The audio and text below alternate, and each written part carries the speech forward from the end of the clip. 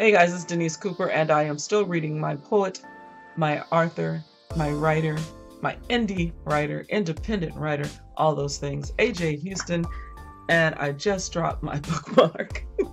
And nothing goes right on this channel, does it? Anyway, just like that was upside down. Okay, so anyway, this is Black History Month, honoring the past, inspiring the future. And remember, those of you who have been a part of this channel for quite some time, I did Black History Month every single day in February. Black past, Black future, Black present. And this reminds me of that time. Pretty cool. I got that at the Doc Bookshop. If you are watching the lives, I hauled that and actually it was free. So I'm going to be reading from AJ Houston, which is another purchase from the independent African-American owned bookstore here in Fort Worth, Texas. So I'll be reading a poem I haven't read yet. I'm reading this all week and I am enjoying it. So this one is called Erasing the M's. So let's read this together. I have no idea what that means. Let's find out. As children, we were always told that can't is one word that should be erased from our entire vocabulary, creating the mindset that we can do whatever we put our minds to. While attending school, there were some things our teachers told us were not possible. Maybe it was just the times or some other factor that I am unable to grasp at this moment. Everything we are taught has substance. Therefore, we need to place it in our lesson bank to retract whenever the need arises. After graduating and completing the requirements for the institutions of higher learning, there were things we found somehow leaned more toward the first lesson of can't than anything else we could recall. Now, I have chosen a new reality, a new way of approaching life's most challenging encounters. I have created a mental eraser with the ability to remove the obstacles that were believed at first glance unmovable. I have erased all the M's, whether they begin with M or I'm, such as there are no more issues considered to be impossible or improbable. I have erased them all. Although this doesn't make reaching or attaining goals or purpose any easier, it does give me power and more effort to do, or to the don't quit or don't give up attitude. Failure to me, I just missed that opportunity. Failure to me, it says, is the ability to try again. See how I just done that?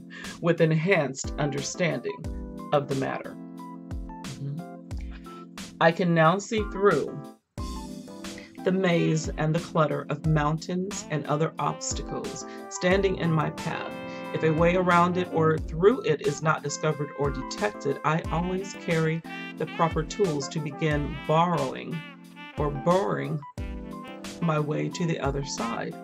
Nice. Time then becomes a friend and foe, but not a discouraging factor. No stated impossibility should hinder you from continuing forward. As we look back historically, there were many things before considered truly impossible, such as flying, the automobile, walking on the moon, and a multitude of other discoveries we now consider to be common occurrences. Now, instead of giving up, I put my whole effort into moving forward. No one ever said it would be easy. Amen. As a matter of fact, it was stated to be much harder than it really is. But I suppose that was just a verbal deterrent for the weak-hearted, with no more impossibilities blocking my brainwaves and not worrying about the shadows of doubt hovering high above. I will one day reach my appointed place, pressing ever forward toward the mark of that higher calling. We all have one, you know. So the entire, we all have one, you know, that kind of a thing, I'm sorry. So the eternal echo, which I have placed in my mind, I then turn the volume to the max. It continues to repeat over and over and over. Giving up is not an option. So those words, I remember my mother, and that's the end of that. It was 4 different paragraphs. It's kind of basically, it doesn't read like a poem, at least I don't read it like a poem. It was 5 different paragraphs on these 2 pages, erasing the M's. And as soon as I started it, when he's talking about as children, we were always told that can't is one word that should be erased from our entire vocabulary. Oh my gosh, I remember that. You can't say can't. You can't say I can't do this, I can't do that, I can't. It was always I think I can, I think I can, and then I think I can was not enough. It was I know I can. I remember those lessons when I was growing up, and I always contributed that to things that my mother would say or things that I would watch on the TV, like whether it was Sesame Street or the Electric Company. Thoughts about the Electric Company and Sesame Street and things my mother said. This book is really good. It's motivating, and I've got it backwards again with the oh my goodness. Anyway, this is AJ Houston. This is Denise Cooper reading one of his wonderful poems here, Erasing the M's, which again, it reads like basically like motivation, and I'm getting a lot of that from this book. I really think you guys would enjoy it. It says poetry, AJ Houston. The foreword, again, I told you I really enjoyed that, and Erasing the M's. After reading that, it's got me thinking back to childhood, and also just like things right now, things that I want to do in my life, and I try to hold on to maybe the most secure thing, thinking that I possibly can't do that at this age, and also erasing and getting rid of certain people in my life that just cause injury and have no good for anything that I really want to do. And it's just sometimes you have to just let things go. And when I'm reading this book, I'm getting all these wonderful lessons, things that he constantly goes back and forth to his childhood, whether he can walk in his father's shoes or not, but you also have that sense of respect in that he is actually doing that, because if he has titled this In My Father's Shoes, and knowing him personally, you know, during when I first moved here, again, he knows all my kids and family, and as far as my kids here and myself, and you know, just being able to go and see him and talk to him, and just it was just amazing, and just the whole group of poets that I got to know. And so I always think about how dedicated he was to his craft.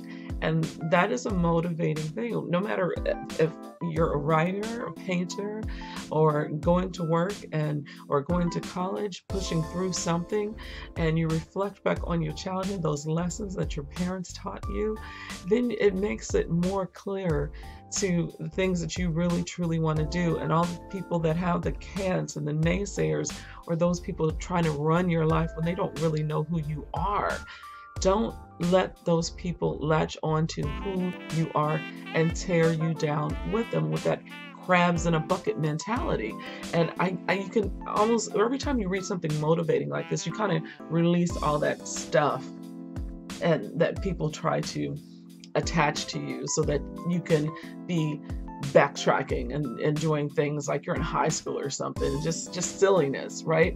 And when you're into a good book, whether it's fiction or nonfiction, when you're just like in there, or when I'm painting or when I'm walking, especially, that is something that you just have to have all the muscles going and whatever, and you don't think about all that negativity.